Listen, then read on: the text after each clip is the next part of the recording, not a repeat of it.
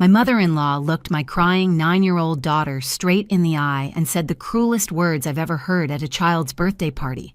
What happened 4 hours later when she opened her mailbox made the entire neighborhood witness karma in action. 20 kids watched my daughter's heart break in real time, but by sunset, the whole town would know exactly what kind of grandmother Beatrice Hartley really was. I'm Victoria, and I need to tell you what happened at my daughter Emma's 9th birthday party last Saturday. Emma is my whole world, a freckle-faced little girl who rescues worms from sidewalks and shares her lunch money with kids who forget theirs. My mother-in-law, Beatrice, is 64 years old, drives a Lincoln Town car, and serves on 3 charity boards. She also happens to be the kind of grandmother who keeps score between her grandchildren, like she's running a competition only she knows about. Then there's Meredith, my niece, Beatrice's other granddaughter, 11 years old, straight A's, first violin in the youth orchestra, the child who can do no wrong in Beatrice's eyes, the golden grandchild who gets European vacations while Emma gets drugstore toys. But this story isn't really about playing favorites. It's about the moment a grown woman looked at a child's birthday cake and decided to use it as a weapon. It's about how I didn't scream, didn't fight, didn't make a scene. I just made one calculated phone call that brought Beatrice's perfect world crashing down in front of a news crew, a driveway full of neighbors, and a little girl who finally understood she was worth fighting for. The birthday cake said, "Happy Birthday, Meredith," in purple frosting. My daughter's name is Emma, and when I tell you what Beatrice said next, you'll understand why half the parents at that party recorded what happened 4 hours later when karma came calling at exactly 3:47 in the afternoon. Emma had been counting down to her 9th birthday for 3 months. She'd made a paper chain with 90 links, tearing one off each morning at breakfast while eating her scrambled eggs.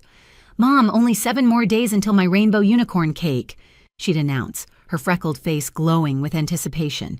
She'd drawn pictures of that cake at least 50 times, each version more elaborate than the last, with golden horns and flowing rainbow manes that covered entire sheets of construction paper.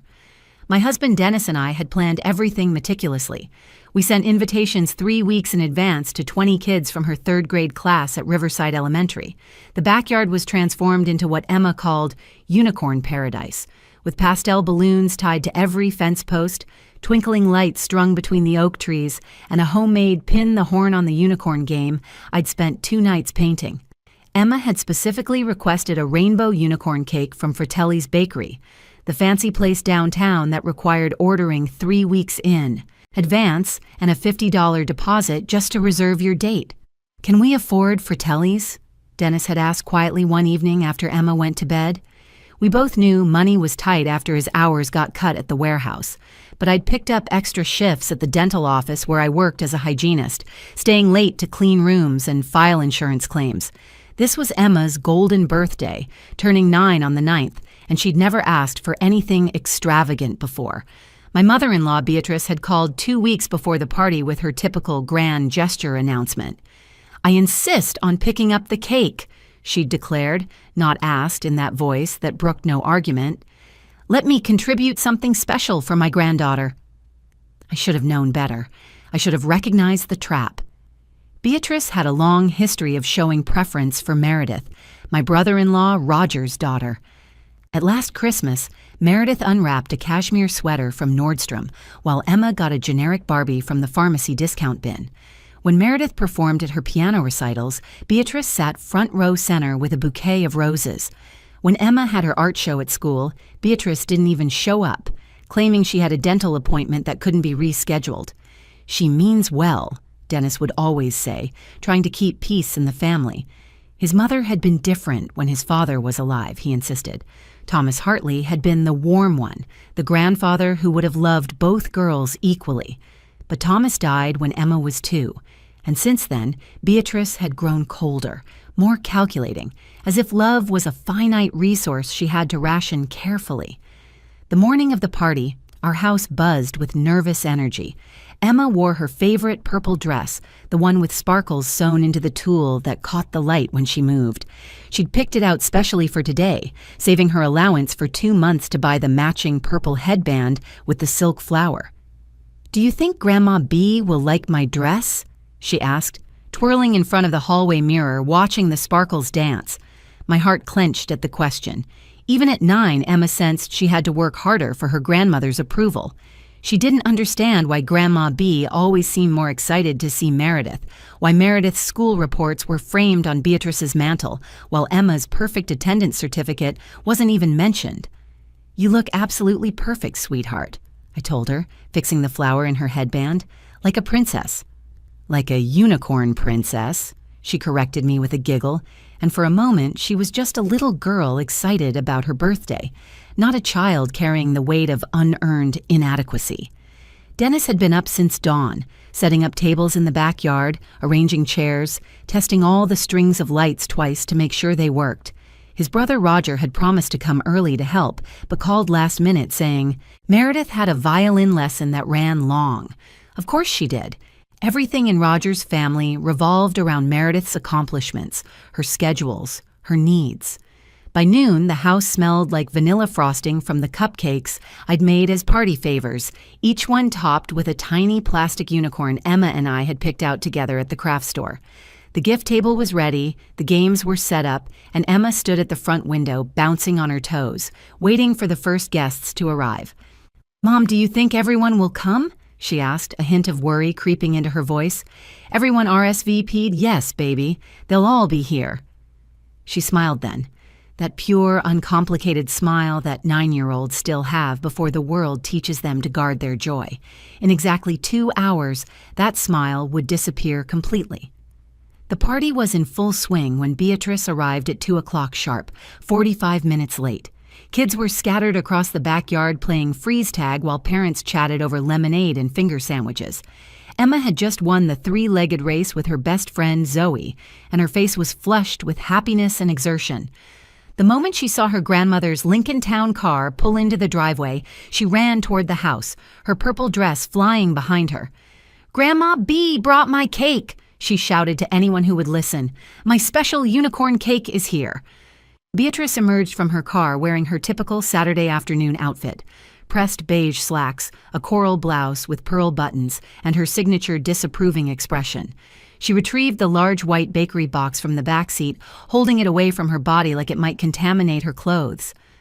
"Traffic was absolutely horrible," she announced as she walked through the back gate, not bothering to greet Emma, who stood eagerly beside her. "You really should have chosen a bakery closer to civilization, Victoria, making me drive all the way downtown on a Saturday." I bit my tongue and took the box from her hands. "Thank you for picking it up, Beatrice. Emma's been so excited." "Can I see it, Mom? Can I see my unicorn?" Emma bounced on her toes, trying to peek around me as I set the box on the kitchen counter. Her friends had started gathering at the sliding glass door, noses pressed against the screen, equally eager to see the famous Fratelli's cake Emma had been talking about for weeks. I carefully opened the white box, lifting the lid to reveal what should have been Emma's dream cake. And in many ways, it was exactly what we'd ordered. The white fondant was smooth as silk, the golden horn spiraled perfectly, and the rainbow mane cascaded down the sides in waves of purple, blue, green, yellow, orange, and red. It was magnificent, but across the top, in elegant purple cursive letters, it read, "Happy Birthday, Meredith." The kitchen went silent. Emma's face crumbled like a sandcastle hit by a wave. "That's not my name." I stared at the cake, then at Beatrice, my mind trying to process what I was seeing. There must be some mistake. This says Meredith. Beatrice peered over my shoulder and laughed. Not a nervous laugh or an embarrassed laugh, but a genuine, amused laugh, like someone had told a particularly clever joke. Oh dear, I must have mixed up my granddaughters when I placed the order. She turned to Emma with a casual shrug that made my blood start to simmer. Oops, wrong granddaughter. Though honestly, Meredith deserves a cake more anyway. She just won first place at the state science fair. What have you done lately, Emma? The words hung in the air like poison. Emma's friend Zoe gasped audibly. 2 mothers who'd been refilling their punch cups at the kitchen island stood frozen. Dennis, who must have sensed disaster from the sudden quiet, appeared in the doorway still holding the bubble machine he'd been operating for the younger kids. "But it's my birthday, Grandma B," Emma whispered, her voice so small it barely carried across the kitchen. "Today is my special day." "Oh, don't be so dramatic," Beatrice waved her hand dismissively, her wedding ring catching the light. "It's just a name on a cake. The cake still tastes the same. You children get so worked up over nothing." "You think Meredith deserves my birthday cake more than me?" Emma's eyes were filling with tears now, her bottom lip trembling. "Well, achievements should be celebrated, shouldn't they?" Beatrice pulled out a kitchen chair and sat down, crossing her legs like she was settling in for afternoon tea. "When you accomplish something noteworthy, then we can make a fuss. Participation ribbons from field day don't count, dear. Meredith just got accepted into the advanced mathematics program. She's actually going somewhere in life." Emma's friend Zoe stepped backward. Mrs. Peterson from down the street covered her mouth with her hand. Dennis dropped the bubble machine, and it clattered against the doorframe, sending a stream of bubbles floating inappropriately through the tension-filled kitchen. "Mom, why would you say that?" Dennis finally found his voice, but Beatrice just looked at him with that practiced expression of hers, the one that suggested everyone else was being unreasonable. "I'm just being honest, Dennis. Children need to learn that the world rewards excellence, not mediocrity." Emma didn't run immediately. She stood there for 5 more seconds, looking at the beautiful cake with the wrong name, then at her grandmother's impassive face, then at me. In her eyes, I saw a question she was too young to have to ask. Why am I not enough? Then she ran, her purple dress fluttering behind her like broken wings, her new birthday shoes clicking against the hardwood as she raced upstairs. Her bedroom door slammed with such force that the kitchen windows rattled. I didn't raise my voice. I didn't make a scene in front of the children who stood frozen in our backyard, party hats askew, wondering why the birthday girl had disappeared. I simply looked at Dennis and said in my calmest voice, "Please serve the ice cream sundaes to the kids. Tell them Emma will be back soon. I'll handle this." Dennis knew that tone. It was the same voice I'd used when his brother Roger had tried to exclude us from their father's funeral planning, the same voice I'd used when the school tried to skip Emma for the gifted program despite her qualifying scores. It was my dangerous voice, the one that meant I was done playing nice. Beatrice had already made her way outside, settling into a lawn chair with a glass of lemonade, as if she hadn't just emotionally devastated a 9-year-old child. She was chatting with Mrs. Chen about the spring charity auction, gesturing with her manicured hands, playing the role of devoted grandmother at her granddaughter's party. The sight of her casual cruelty made my decision crystal clear. I walked past the party guests to the quiet corner of our yard, near the garden shed where Emma and I had planted sunflowers last month. I pulled out my phone and scrolled to Roger's number. He answered on the second ring, his voice cheerful and oblivious. "Hey, Vic, how's Emma's party going? Sorry we're running late. Meredith's violin teacher wanted to discuss her solo for the spring concert." "Roger, I need you to listen very carefully and not interrupt," I said, keeping my voice low but firm. "Is everything okay? You sound strange." "Your mother just deliberately ordered a cake with Meredith's name for Emma's birthday, then told my 9-year-old daughter that Meredith deserves a cake more because she's actually accomplished something. Emma's sobbing in her room while 20 kids wonder where the birthday girl went." The silence on the other end stretched for 10 seconds. Then, "She did what?" "There's more you need to know, Roger. Remember last month when your mother asked me to witness her will update since I'm a notary? She had me make official copies for her files. Well, I made copies for myself, too, legal copies, including the letter she attached explaining why she feels one granddaughter is more worthy of an inheritance than the other. Victoria, that's private family business. Not when it affects my daughter. The letter explicitly states that Emma lacks the ambition and intelligence to properly manage family assets, while Meredith shows real promise. Your mother wrote, and I quote from memory, that Emma is sweet but simple, unlikely to amount to anything significant." Roger's breathing grew heavier. "You shouldn't have copied those documents." "I had every legal right as the notary. But here's what you need to know. I have 3 envelopes sitting on my desk right now. One is addressed to Meredith's school, specifically to Mrs. Adamson, who I believe is overseeing Meredith's student council campaign next week. Her platform is about kindness and inclusion, right? Imagine how that'll play when they read about Grandma's views on worthiness. You wouldn't dare. The second envelope is for your country club, where Beatrice just became board president. They pride themselves on family values and community support. I wonder how they'll feel about her letter describing how bloodlines and genetics determine a child's worth. The third is for the newspaper's human interest editor, who happens to be my cousin Janet's best friend from college. Victoria, please. This would destroy her reputation. The way she's destroying my daughter's self-worth, I'm holding all 3 envelopes right now, Roger. Stamps attached.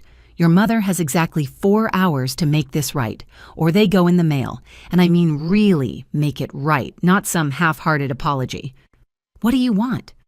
A genuine apology to Emma in front of all the party guests, a real birthday cake from Fratelli's with Emma's name on it. And the education trust fund she set up for Meredith, she creates an identical one for Emma with the paperwork signed today. The trust fund is already established. That would cost thousands in legal fees to replicate. Then she better call her lawyer fast. Oh, and Roger, that education trust funded by the rental income from the property on Maple Street, Dennis's name is still on that deed from when his father passed. Your mother never completed the full transfer. Our lawyer says that makes things very interesting from a legal standpoint. We could tie that property up in court for years. This is extortion. This is a mother protecting her child from emotional abuse. 4 hours, Roger, starting now. It's 2:15. At 6:15, I walk to the corner mailbox. And before you think about calling Dennis to override me, remember that he just watched his mother make his daughter cry on her birthday. He's angrier than I am. I'm the one showing restraint.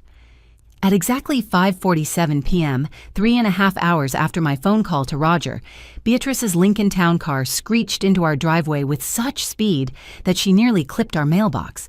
The party had dwindled to just a few close friends and their parents who'd stayed to help clean up and comfort Emma, who had finally rejoined the party but remained subdued.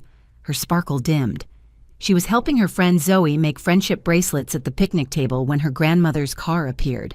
Beatrice emerged from the driver's seat carrying a massive cake box from Fratelli's, twice the size of the original, and 2 shopping bags from Woodland Toys, the expensive toy store downtown that sold handcrafted wooden toys and educational games from Europe. Her face was flushed, her usually perfect hair slightly disheveled, and her coral blouse had a coffee stain on the sleeve. But what happened next made everyone stop what they were doing. A white van with Channel 7 News painted on the side pulled up behind her. Roger stepped out from the passenger side with a camera crew following behind him. He jogged over to me while the news team gathered their equipment. Mom found out you called the news station about their Hometown Heroes segment, he whispered urgently. She thinks Emma is being featured for her volunteer work at the animal shelter. She called them herself to make sure they got here in time. I hadn't called any news station, but I kept my face neutral as understanding dawned. Roger had orchestrated this himself, either as insurance or revenge, maybe both. Beatrice strutted up to the party area, her arms full of gifts, beaming at the cameras with her politician's smile. "I'm here to celebrate my amazing granddaughter, Emma," she announced loudly enough for the entire neighborhood to hear. "I've brought her special cake and presents because she deserves the absolute best." The reporter, a young woman with perfectly styled blonde hair, approached with her microphone. "Mrs. Hartley, we understand you have something special to share about your granddaughter?" Beatrice set down the cake and bags, then clasped her hands together like she was about to give a speech at one of her charity functions. "Oh yes, Emma is extraordinary. She volunteers every weekend at the Riverside Animal Shelter, reading to the dogs to keep them calm. She helps our elderly neighbor, Mrs. Franklin, with her groceries every Tuesday. She's the kindest, most generous child I know." Emma had stood up from the picnic table, her eyes wide with confusion. The other children gathered closer, drawn by the camera crew and the spectacle. "That's why," Beatrice continued, her voice carrying across the yard, "I've decided to announce, here at her birthday party, that I'm creating an education fund in her name. $25,000 for her future, because every child deserves to have their dreams supported." The reporter smiled and turned the microphone toward Emma. "Emma, what do you think about your grandmother's generous gift?" Before Emma could answer, the reporter's phone buzzed with an incoming message. She glanced at it, then did a double take, reading more carefully. Her professional smile faltered, replaced by something sharper, more interested. Mrs. Hartley, she said slowly, turning back to Beatrice, I'm actually getting word from my producer about some documents that were just delivered to our station. Several documents, actually, including a letter in your handwriting about why some grandchildren are more, quote, worthy than others. Beatrice's face drained of color so fast I thought she might faint. What? No, that's not possible. Who would send such a thing? The reporter continued, reading from her phone screen. It says here that earlier today you deliberately ordered the wrong name on your granddaughter's birthday cake and then told her that her cousin Meredith deserves a cake more because she's actually accomplished something. The murmuring started immediately. Mrs. Peterson pulled out her phone and started recording. 2 other mothers did the same. The camera crew, sensing blood in the water, moved in closer. That's a misunderstanding, Beatrice stammered, her hands fluttering to her throat. I would never say such things. I love both my granddaughters equally. The letter is quite detailed, the reporter continued. It mentions that Emma is, quote, sweet but simple, unlikely to amount to anything significant, while Meredith shows real promise worthy of investment. Beatrice looked around wildly, her gaze landing on me. I stood perfectly still, my face giving away nothing. Roger had disappeared behind the news van, either unable or unwilling to watch his plan unfold. I need to leave, Beatrice said, backing toward her car. This is a family matter, not news. But in her flustered state, her heel caught on the driveway's edge. She stumbled, her arms windmilling for balance, then fell hard onto the concrete. Her purse flew open, scattering its contents across the driveway, including several folded papers that the wind caught and spread like confession leaflets. One landed at the reporter's feet. She picked it up, her eyes widening as she read what appeared to be an email exchange between Beatrice and Roger about managing the Emma situation and maintaining Meredith's superiority in family standings. The news van left without airing anything that night. Turns out Roger had called them to do damage control, not knowing they'd already received my package of documents.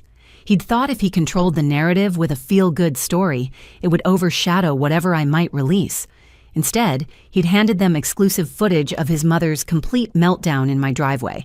The reporter gave me her card and said they'd be in touch if they decided to run a story on family dynamics and favoritism, but we both knew they wouldn't. This was too small, too personal, too messy for the 6 o'clock news. Beatrice left in an Uber, too shaken to drive, her Lincoln Town car abandoned in our driveway like a beached whale. Roger retrieved it the next morning at dawn, leaving the spare key in our mailbox without ringing the doorbell. He also left a check for $5,000 with Emma's birthday written in the memo line. Not the $25,000 Beatrice had announced, but enough to show they were taking this seriously. The party had continued after the chaos, but something fundamental had shifted in our backyard. The other parents rallied around Emma with a warmth that had nothing to do with obligation and everything to do with genuine affection. Mrs. Peterson ran home and returned with her grandmother's vintage tiara, a real silver piece with tiny diamonds that caught the light. A princess deserves a crown on her birthday, she declared, placing it gently on Emma's head. And not because of what you've done, sweetheart, but because of who you are. Mr. Chen, whose son Timothy was in Emma's class, turned out to be a hobby magician. He performed an impromptu magic show that had the kids shrieking with laughter. Mrs. Rodriguez taught everyone a traditional birthday song from Mexico that involved lots of clapping and spinning. By the time the sun started setting, Emma was laughing again, chocolate cake on her face from the Fratelli's cake Beatrice had brought, surrounded by friends who saw her value without needing a list of achievements. That evening, after the guests had gone home and the yard was cleaned up, Emma curled up beside me on the porch swing. The chains creaked gently as we swayed, watching fireflies begin their evening dance across the lawn. "Mom, why doesn't Grandma B love me like she loves Meredith?" she asked, her voice steady but curious, like she was trying to solve a math problem. I pulled her close, feeling the weight of her head against my shoulder. Sometimes adults forget that love isn't something you earn with trophies or grades or ribbons. It's something you give freely, without keeping score. Grandma B got confused about that. She thinks love is like a contest where someone has to win and someone has to lose. Emma nodded slowly, processing this. But that's not how love works. No, baby, it's not. Look what happened today after all that drama. Mrs. Peterson didn't know about your animal shelter volunteering when she brought you that tiara. Mr. Chen didn't need to see your report card before doing magic tricks. They just saw a little girl who deserved to feel special on her birthday. Mrs. Peterson said her grandma would have loved me, Emma said quietly. She said her grandma always told her that the best people are the ones who are kind when no one's keeping score. 2 weeks later, Beatrice sent a formal apology letter written on her expensive, monogrammed stationery. It was stiff and formal, probably drafted by a lawyer, but it included a check for Emma's college fund and legal documents establishing an irrevocable education trust. Dennis made sure our lawyer reviewed everything before we deposited the check. Beatrice hasn't been to our house since, though she sends cards on holidays, always addressed correctly now. Always with the same amount of money she sends Meredith. The unexpected gift in all of this came from Meredith herself. She called Emma the day after the party, having heard about everything from her father. "I didn't know Grandma was doing that," she said, and I could hear her crying over the phone. "You're my only cousin, Emma. We're supposed to be a team. Grandma's wrong about you. You're one of the best people I know." They text every week now, sharing jokes and TikTok videos, building a relationship separate from their grandmother's poisonous influence.